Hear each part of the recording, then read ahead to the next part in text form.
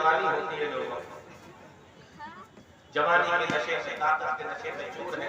बूढ़े माँ बाप को कुछ नहीं समझते, बड़े भाइयों को कुछ नहीं समझते, रिश्तेदारों को कुछ नहीं समझते। लेकिन अल्लाह रब्बुल आलमीन ने इसके बाद तीसरा दौर बयान किया।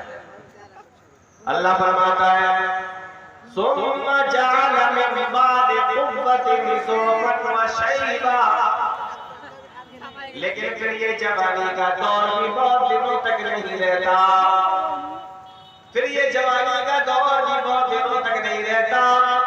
अब वही इंसान जो जवान था, ताकतवर था, जिसकी हड्डियों के अंदर मजबूती थी, खून के अंदर गर्मी थी, जिसके सर पर काले काले बाल थे, वही इंसान अब जब जवानी से बुढ़ापे की तरफ जा रहा है, यही इंसान अब इसके बाल सर के ऊपर सफेद होते जा रहे हैं, हड्डियां कमजोर पड़ती जा रही हैं, खून की गर्मी भी खत्म होती जा रही है और बदन भी कमजोर होता चला जा रहा है। आज ये वही इंसान है, जब जवानी के आलम में था तो कई किलोमीटर तक चला जाया करता था, दौड़ लिया करता था, लेकिन आज वही इंसान है कि जब कदम चलता है तो सांस फूल जाती है, थक जाता है, बैठ जाता है, लाठी लेके चलता है, सहारों के साथ में चलता है। आज ये वही इंसान है कि जब बूढ़ा हो गया तो अस्पतालों के अंदर भर्ती है और मुंह के ऊपर ऑक्सीजन लगा हुआ है। जवानी से अल्लाह रब्बुल आलमीन ने बुढ़ापे की तरफ फेर दिया।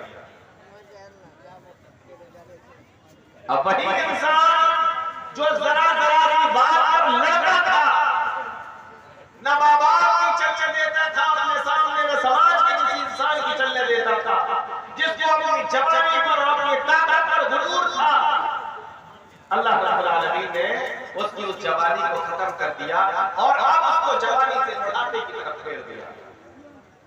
अब हड्डियां कमजोर हो गई हैं, बदन हिलने लगा, खून की गर्मी खत्म, कई किलोमीटर तक चलने वाला इंसान जब चलन भी चल रहा है तो थक जा रहा है, बाल पूरे सफेद हो चुके हैं और इंसान अब ये इंतजार करने लगा कि कब मौत का फरिश्ता हमारे पास आएगा। ये तीन दौर अल्लाह रब्बुल आलमीन ने बयान फरमाया।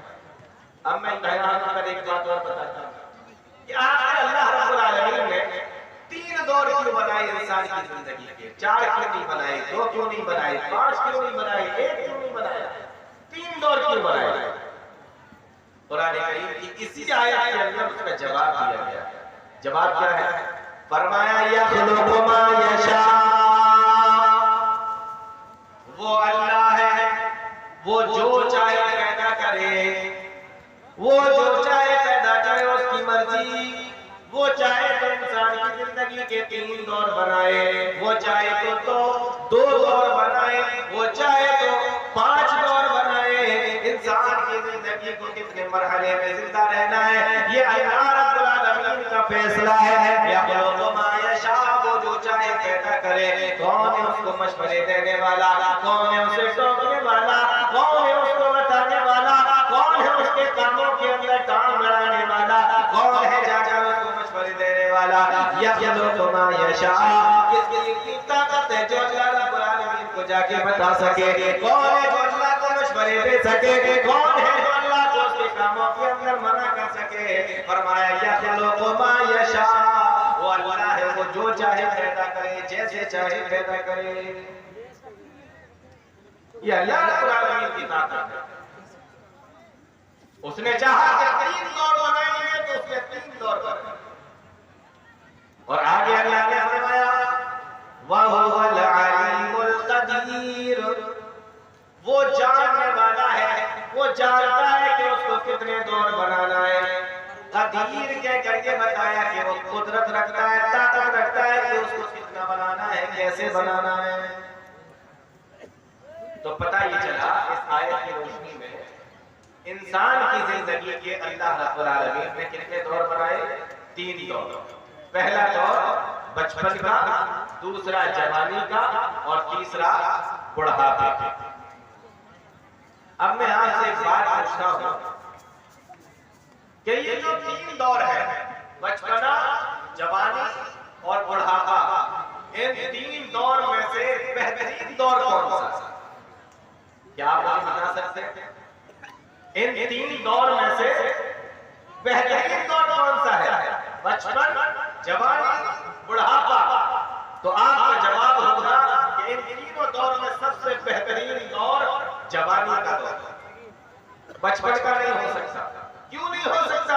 इसलिए नहीं हो सकता कि इसमें तो हम बैठ भी नहीं पाते थे, कपड़ भी नहीं बदल पाते थे, यहाँ तक के पेशाब कर लेते थे तो उसी के अंदर खेलते थे, माँ उठा के दूसरी जगह लिटा देती थी। इसलिए ये दौर तो बेहतर नहीं हो सकता। बुढ़ापे का दौर भी बेहतर नहीं हो सकता। क्यों नहीं हो सकता? इसलिए नहीं हो सकता क्योंकि जब हम बचपन में कमजोर थे तो एक उम्मीद थी कि जैसे जैसे बड़े होंगे बदन में ताकत आती चली जाएगी, लेकिन बुढ़ापे में जाकर जब कमजोर होते हैं तो वो उम्मीद भी खत्म हो जाती है। बचपन के बाद तो उम्मीद है ताकतवर होने की, लेकिन बुढ़ापे में जो ताकत खत्म होती है अब उम्मीद ही नहीं है कि अब तुम सही हो जाओगे, अब तो मरना ही है। इन दोनों दौरों में से बचपन और बुढ़ापा, ये दोनों तो बेहतर नहीं हो सकते क्योंकि ये तो इंतहाई कमजोरी के दौर है। तो इसमें जो सबसे बेहतरीन दौर है वो इंसान की जवानी का दौर है, और जब सबसे बेहतरीन दौर इंसान की जवानी का दौर है तो आप ये समझ लीजिए कि क़यामत के दिन अल्लाह रब्बुल आलमीन जब हिसाब और किताब लेगा तो जो नेमत जितनी बड़ी होगी क़यामत के दिन सवाल भी उतना ही बड़ा पूछा जाएगा। जो नेमत जितनी बड़ी क़यामत के दिन सवाल भी उतनी ही सख्ती के साथ में पूछा जाएगा। और कैसे पूछा जाएगा? तिर्मिज़ी की रिवायत है, अल्लाह के नबी सल्लल्लाहु अलैहि वसल्लम ने बयान फरमाया, ला तज़ूलु क़दम बनी आदम यौमल क़ियामति। अल्लाह के नबी सल्लल्लाहु अलैहि वसल्लम बयान फरमाते हैं, क़यामत के दिन कोई इंसान अपने पैर को जुम्बिश भी नहीं दे सकता, हिला भी नहीं सकता, जब तक वो अल्लाह रब्बुल आलमीन के 5 सवालों के जवाब नहीं दे देगा। 5 सवालों के जब तक जवाब नहीं दे देगा अपने पैर को हिला भी नहीं सकता। पहला सवाल पूछा जाएगा, ला तज़ूलु क़दम बनी आदम यौमल क़ियामति हत्ता युसअल अन खम्सिन।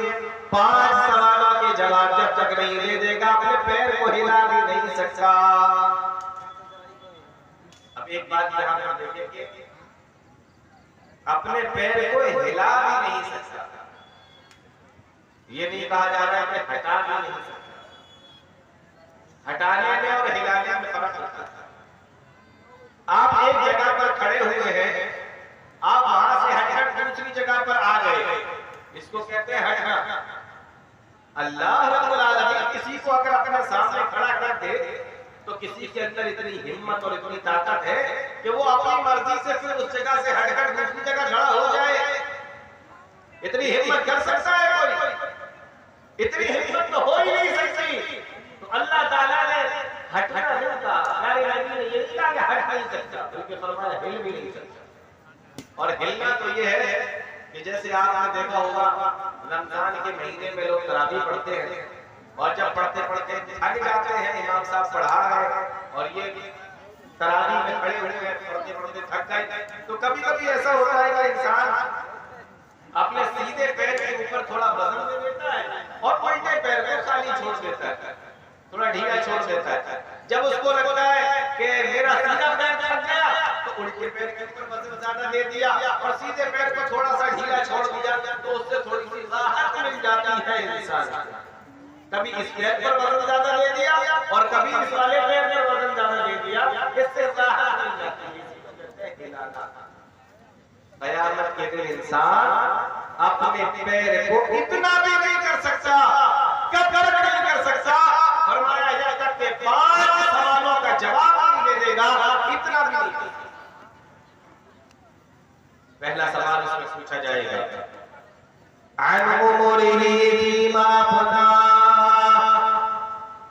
ओ मेरे बंदे, मैंने तुझे जो उम्र दी थी, मैंने तुझे जो जिंदगी दी थी, मैंने तुझे जो 60 साल 70 साल या 80 साल की जिंदगी दी थी, अन उमरिही फीमा फना, बता वो जिंदगी तूने कहां पे गुजारी है, वो जिंदगी तूने कहां पे गुजारी है।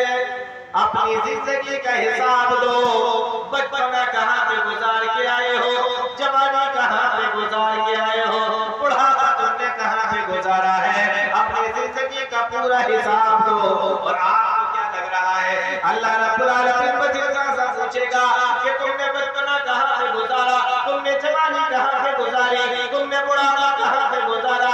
नहीं नहीं, बल्कि अल्लाह रब्बुल आलमीन तो क़यामत के दिन हमसे हमारे एक एक सांस का भी हिसाब लेगा। हमने 60 साल के अंदर जो तुम्हें सांसें दी थी, वो तुमने सांसें कहां गुजारी है? हमने जो 70 साल के अंदर तुम्हें एक एक सेकंड जो जिंदगी बढ़ा दी गए, और 70 साल तक जो तुमने जिंदगी गुजारी है, उस एक एक सेकंड का हिसाब आज लेकर जाओ। बताओ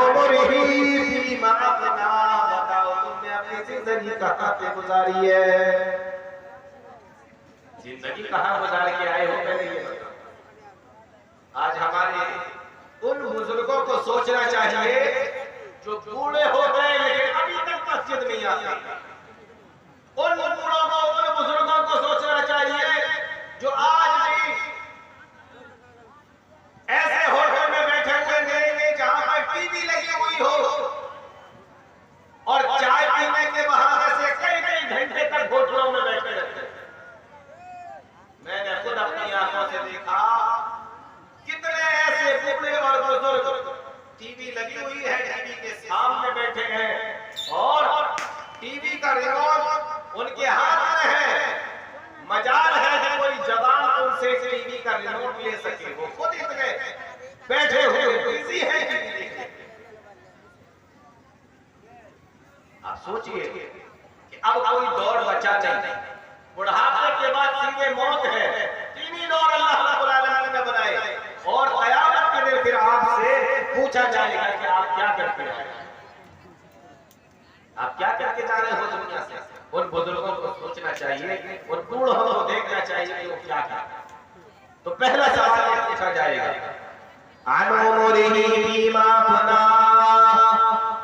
बताओ तुमने अपनी जिंदगी कहां पे गुजारी है। और प्यारे नबी सल्लल्लाहु अलैहि वसल्लम ने फरमाया, फिर दूसरा सवाल पूछा जाएगा, वअन शबाबिही फीमा अबला, बताओ तुमने अपनी जवानी कहां पे गुजारी। पहला सवाल पूछा जाएगा कि तुमने अपनी उम्र कहां पे गुजारी, और दूसरा सवाल ये पूछा जाएगा कि तुमने अपनी जवानी कहां पे गुजारी। मेरे नौजवान दोस्तों और मेरे नौजवान साथियों, जरा अंदाजा लगाओ और करो कि जब पहला सवाल पूछा गया कि तुमने अपनी उम्र कहां पे गुजारी है, तो जवानी उसके अंदर आ गई।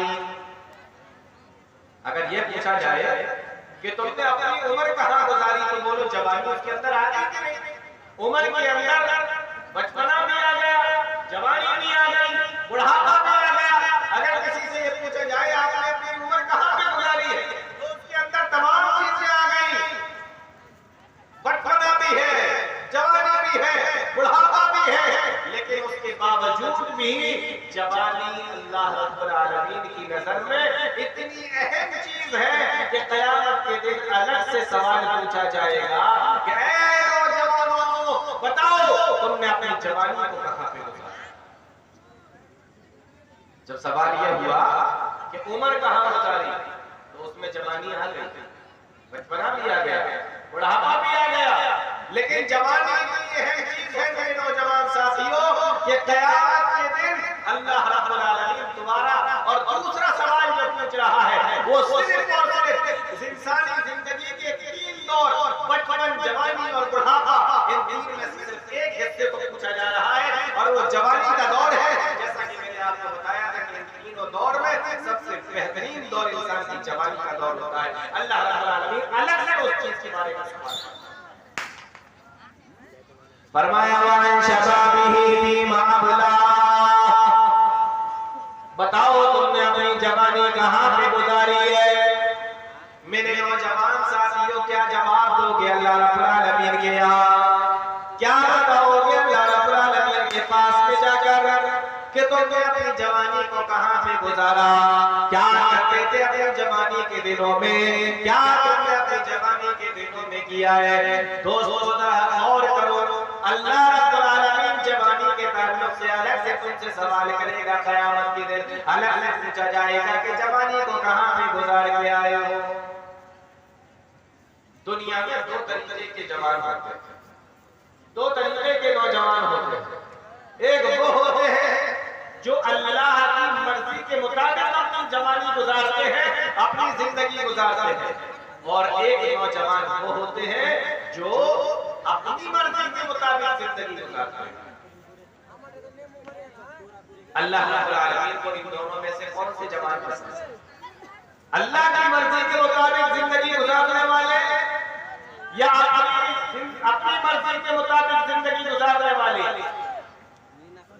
और आप गौर करें कि जिन जवानों ने, नौजवानों ने अपनी जिंदगी को और अपनी जवानी को अल्लाह की मर्जी के मुताबिक गुजारा, अल्लाह रब्बुल आलमीन ने उसमें से कुछ लोगों का जिक्र कुरान करीम के अंदर भी किया।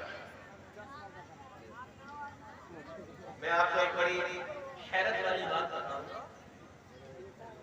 जब तकरीरें होती है और बयानात होते हैं तो हमें ये लगता है कि कुरान करीम के अंदर माँ बाप के हुकूक बयान किए गए हैं, औलाद के हुकूक बयान किए गए हैं, पड़ोसियों के हुकूक बयान किए गए हैं, भाइयों के हुकूक बयान किए गए हैं, बीवी के हुकूक, शौहर के हुकूक, ये सारे हक और सारे हुकूक अल्लाह के भी, बंदों के भी सारे हुकूक बयान किए गए हैं कुरान करीम के अंदर। लेकिन आपको मालूम होना चाहिए कि कुरान करीम के अंदर अल्लाह रब्बुल आलमीन ने इंसान की जिंदगी का जो सबसे बेहतरीन दौर होता है, जिसको जवानी कहते हैं, उसके ताल्लुक से भी अल्लाह रब्बुल आलमीन ने कुरान करीम के अंदर बयान किया। क्या फरमाया जवानी के ताल्लुक से? कुरान कहता है, हजरत इब्राहीम अलैहिस्सलाम का नाम सुना होगा आप लोगों ने। कुर्बानी का टाइम आता है, इब्राहीम अलैहिस्सलाम का किस्सा सुनाया जाता है कि उन्होंने छुरी चलाई और बेटे की गर्दन पे छुरी नहीं चली, बल्कि छुरी दुम्बे की गर्दन पे चल गई। अल्लाह रब्बुल आलमीन ने कहा कि इब्राहीम, मैंने तेरी कुर्बानी को कबूल कर लिया है, ये दुम्बे को तुम भी खाओ, अपने बेटे को भी खिलाओ। ये किस्सा हम लोग सुनते हैं, बड़ा मजा आता है। बकरे की खुशबू आने लगती है, ताजा ताजा गोश्त, भुनी भुनी कलेजी, सोचते कि यार इधर कुर्बानी आने वाली है, ईद उल अज़हा का टाइम आने वाला है। मौलाना साहब ने किस्सा भी सुना दिया, मतलब ये है कि कुर्बानी का टाइम बिल्कुल करीब है, बकरीद का मौसम आ रहा है। मजा आ जाता है सुनकर कि चलो कुछ दिन के बाद में अब बकरे का गोश्त खाने को मिलेगा, मजा है। लेकिन कुरान करीम के अंदर हजरत इब्राहीम अलैहिस्सलाम का सिर्फ यही एक वाक़या बयान नहीं है। कुरान करीम के अंदर इब्राहीम अलैहिस्सलाम की कई वाक़े बयान किए गए हैं, उसमें से एक जो है जवानी के ताल्लुक से जो है वो सुनेगा। कुरान कहता है,